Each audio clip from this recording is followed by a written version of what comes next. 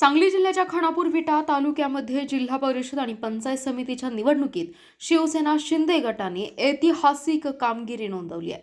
आमदार सुहास बाबर यांच्या नेतृत्वाखालील शिवसेनेने विरोधकांचा धुव्वा उडवत खानापूरमध्ये एक हाती सत्ता मिळवली आहे। या विजयामुळे तालुक्यात शिवसेनेचे वर्चस्व पुन्हा एकदा सिद्ध झाले असून कार्यकर्त्यांमध्ये प्रचंड उत्साहाचे वातावरण पाहायला मिळते।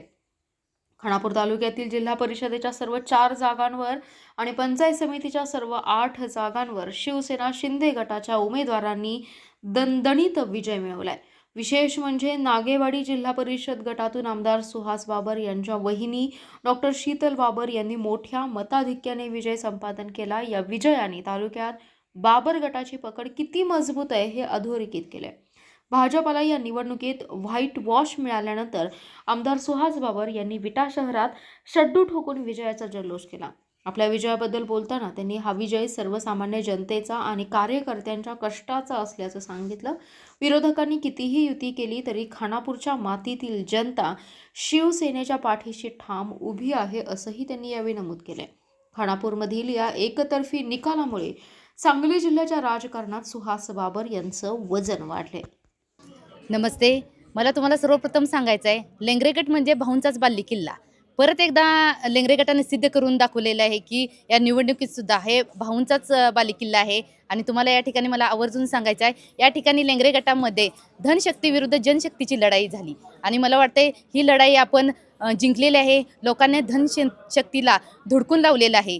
इथं पैसा बोलत नाही, काम बोलतं। आणि मला सांगायचं आहे, पंचायत समितीच्या मध्ये ज्या पद्धतीने मी सभापती म्हणून आदरणीय सुहासभाई असतील, आदरणीय दादासाहेब असतील यांच्या मार्गदर्शनाखाली काम केलं, त्याच पद्धतीने मी लेंगरे गटामध्ये सुद्धा काम करणार आहे। माझ्याबरोबर असलेल्या 2 माझ्या लेंगरे गणातील पायलताई, त्याचबरोबर पारे गणातील तेजश्रीताई, आम्ही तिघी मिळून लेंगरे गटात जास्तीत जास्त निधी खेचून आणण्याचा प्रयत्न करणार आहे। एवढेच बोलते। खरं मतदारांनीच संपूर्ण तालुक्यातनं सांगितलेलं आहे। आम्ही उमेदवारांनी म्हणजे सदस्यांनी काही सांगण्यासारखं उरलेलंच नाही आहे। संपूर्ण तालुक्यात व्हाईट वॉश झालेला आहे आणि हा सगळा जो विजय आहे तो एकनेक मतदाराचा आणि एकनेक कार्यकर्त्याचा आहे। आणि आम्ही सगळ्याच सदस्य इथे ज्या आहोत त्या सगळ्याच हा विजय आदरणीय अनिल भाऊंना समर्पित करतो। सर्वात जास्त लीडनं तुम्ही ताई आलाय, त्याबद्दल काय सांगा? मला वाटतं शिंदे साहेबांची लाडकी बहीण याचा प्रभाव नक्कीच इथे आम्हाला जाणवलेला आहे। आणि दुसरी गोष्ट म्हणजे खानापूर तालुक्यात अनिल भाऊ हाच पक्ष आहे हे पुन्हा एकदा सिद्ध झालेलं आहे। आणि भाऊंच्या नंतर एक खंबीर नेतृत्व असावं असं जनतेला वाटत होतं आणि आपल्या भैयासाहेबांच्या रूपाने हे नेतृत्व आपल्याला मिळालेलं आहे। आणि नेहमीप्रमाणेच किंगमेकर तर पाठीशी आहेतच। विधानसभा त्यानं पाठोपाठ नगरपालिका हा तिसरा एकहाती विजय, त्याबद्दल काय वाटतं? काहीच नाही, दादासाहेब आणि भैयासाहेब हे अष्टपैलू क्रिकेटर आहेत आणि मला वाटतं हॅट्रिक ही त्यांना मिळालेली आहे। तर हा विजय पुन्हा एकदा संपूर्ण तालुक्याचा आहे आणि मतदारांचाच आहे। मतदारांना काय आव्हान? मतदारांनी आम्हाला सगळ्यांनाच मतं देऊन आमच्यावरती एक जबाबदारी पण त्यांनी सोपवलेली आहे। आणि या सर्व सदस्यांच्या वतीने मी एवढंच म्हणू इच्छिते की जी जबाबदारी त्यांनी आम्हाला दिलेली आहे, जो विश्वास त्यांनी आमच्यावरती दर्शवलेला आहे, तर आम्ही सगळ्याच एकजुटीने एक टीम म्हणून आणि एक आवाज म्हणून भैयासाहेबांच्या आणि दादासाहेबांच्या नेतृत्वाखाली ज्या काही त्यांच्या अडचणी असतील, पुरुष असतील, स्त्रिया असतील, मुलं असतील, तरुण असतील, त्या सगळ्यांच्याच ज्या काही आमच्याकडनं अपेक्षा आहेत त्या पूर्ण करण्याचा 100%च नाही तर 1000% प्रयत्न करू। नागेवाडी जिल्हा परिषद गटाचं भाऊंनी प्रतिनिधित्व केलं, त्याच्यानंतर भैया, त्यानंतर बाबर घराण्यातील पहिल्या महिला तुम्हीच झालाय, त्याबद्दल काय भावना आहे? मला असं वाटतं की आदरणीय भाऊंच्या पावलांवरती भैयासाहेबांनी पाऊल ठेवून जी प्रगती आणि जो विकास माझ्या गटात केलेला आहे त्या विकासाच्या बळावरतीच मी निवडून आलेली आहे। आणि ही मी एकटीच बाबर कुटुंबातील महिला जिल्हा परिषद सदस्य झालेली नाही आहे, तर माझ्या कुटुंबातील सर्व म्हणजे अगदी सोनिया असोत, आमच्या स्वातीताई असोत, आमच्या प्रतीक्षा असोत आणि आमच्या सासूबाई असोत, तर या सगळ्याच जिल्हा परिषद सदस्य झालेल्या आहेत. त्यामुळे बाबर कुटुंबातला मी फक्त एक चेहरा आहे, सदस्य आम्ही सगळ्याच आहोत. विधानसभा पाठोपाठ तिसरा व्हाईट वॉश आहे, काय प्रतिक्रिया आहे तुमची? मी पहिल्यांदा खानापूर तालुक्यातल्या सगळ्या मतदारांचं मनापासून या ठिकाणी आभार व्यक्त करेन. कारण मला असं वाटतं की धनशक्तीपेक्षा कामावरती विश्वास ठेवून आमच्या पार्टीचं गेल्या 10-15 वर्षामध्ये आम्ही जे एकसंघपणे काम करतो आहे, ज्या लोकांची सेवा करण्याचा प्रयत्न करतो आहे, त्या कामाला प्रायोरिटी दिली लोकांनी आणि खूप मोठं यश शिवसेनेला खानापूर तालुक्यामध्ये मिळाले.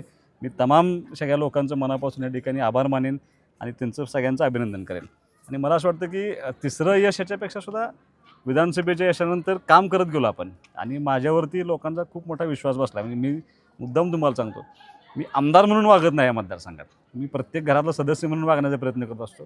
त्यामुळे लोकांचा खूप विश्वास आहे माझ्यावरती आणि त्या विश्वासास पात्र राहून इथनं पण काम करण्याची जबाबदारी आमची आहे. खानापूर तालुक्यात यश मिळालं, आटपाडी तालुक्याकडे कसं आटपाडी तालुक्यामध्ये खूप मोठं यश मिळाले. म्हणजे 4 पैकी 3 जिल्हा परिषद सदस्य डिक्लेअर झाले, 3ही आपले विजयी झाले. 6 पंचायत समिती गण मोजलेत, पैकी 5 पंचायत समिती आपले विजय झालेत. निंबोडे गटाची आता मोजणी चालू झालेली आहे. आम्हाला अपेक्षा आहे त्या गटाकडून सुद्धा आम्हाला विजय होण्यामध्ये, पण जे मागच्या वेळेला 1 सीट आपली आटपाडी तालुक्यात नव्हती, पण आता 3 पैकी 3 जिल्हा परिषद सदस्य आलेत आणि 6 पैकी 5 पंचायत समिती. मी त्याही तालुक्यातल्या लोकांनी आपल्या पार्टीवरती, शिवसेनेवरती आणि सगळ्यांवरती विश्वास ठेवला आहे. या ठिकाणी 4 जिल्हा परिषद 8 पंचायत समितीसाठी विजय मिळवला, पण करंजी गटात तुम्हाला शेवटपर्यंत झुंज द्यावी लागली. नाही, असं काय छोटी राजकारण आहे. ते झुंज जरी द्यावी लागली असलं तरी काही त्यावरच्या तांत्रिक गोष्टी, पैशाचा अतिवापर पुढच्या पार्टीकडून झाला आहे, त्याच्यामुळे ते थोडासा फरक पडला आणि आम्हाला एक्सपेक्टेड होतं की शेवटच्या टप्प्यापर्यंत ही आमची निवडणूक जाईल, पण विजय आमचा होणार हा मात्र आत्मविश्वास आम्हाला होता. विकास कामाच्या नावावर तुम्ही निवडणूक लढवली, आता इथून पुढचं काय असेल हे गोष्ट? मुळात डे फर्स्टपासून आम्ही विधानसभेची निवडणूक असेल, नगरपालिकेची असेल ना, किंवा आता झेडपी पंचायत समिती असेल, विकासाच्या व्यतिरिक्त आम्ही कसली चर्चा केलेली नाही. जे पूर्वी काम केले आणि भविष्यात काय काम करणार ह्या धोरणावरतीच आम्ही त्या ठिकाणी काम करत गेलो. मला असं वाटतं की जे विधानसभेला आश्वासन दिले होते, ज्या आत्ताच्या नगरपालिकेला झेडपी पंचायतीला आश्वासन दिले होते, ते प्रत्येक काम कसं ताकदीनं करता येईल यासाठी आम्ही इथून पुढे प्रयत्न करत राहू. आणि आमच्या डोक्यात कधीही राजकारण खालच्या दरावरचं नसतं.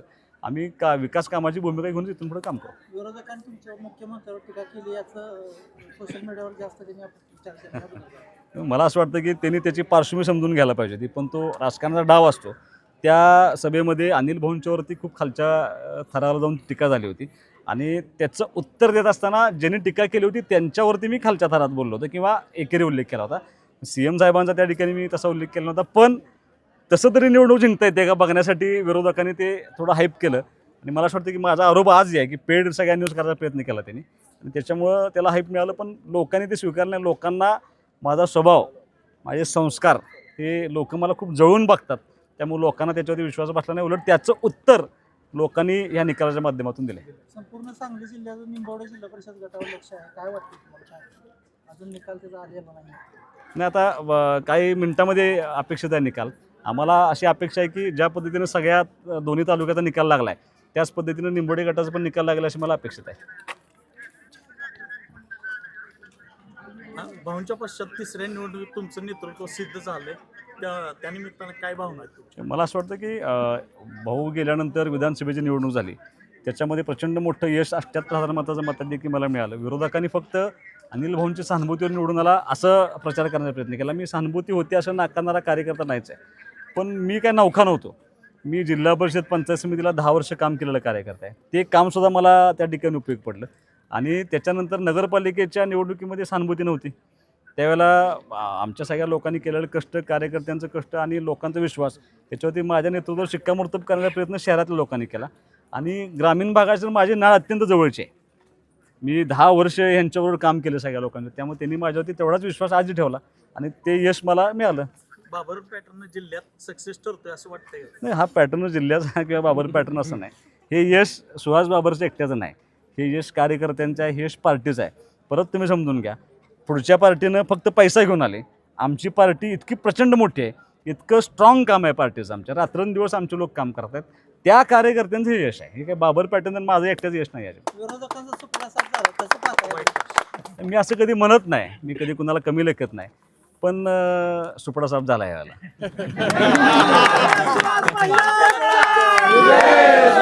मान्य सुहास भैयांचा. जनतेला काय आव्हान करा? जनतेचं मी मगाशी त्यांचं आभार मानले, त्यांचं अभिनंदन केले.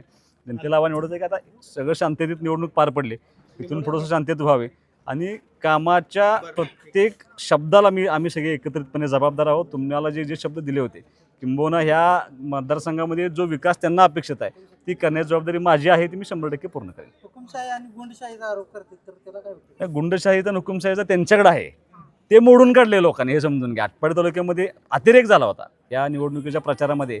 खालच्या थरावरती प्रचार करणे, समाज माध्यमावरती इतक्या दर्जाहीन प्रचार केला होता. त्याचं उत्तर आज खानापूर आणि आटपाडी तालुक्यातल्या जनतेने दिलं असं मानणार मी कार्यकर्ता.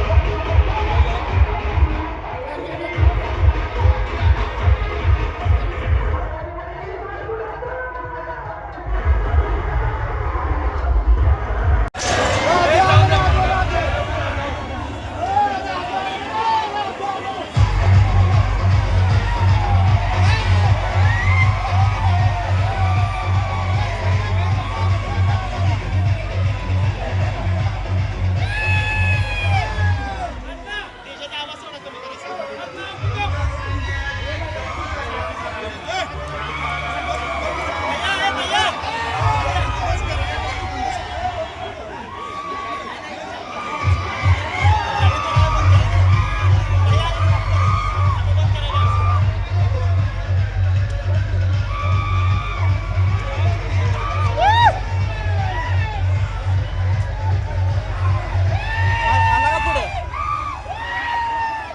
हे काय गेटच्या आत आहे मी.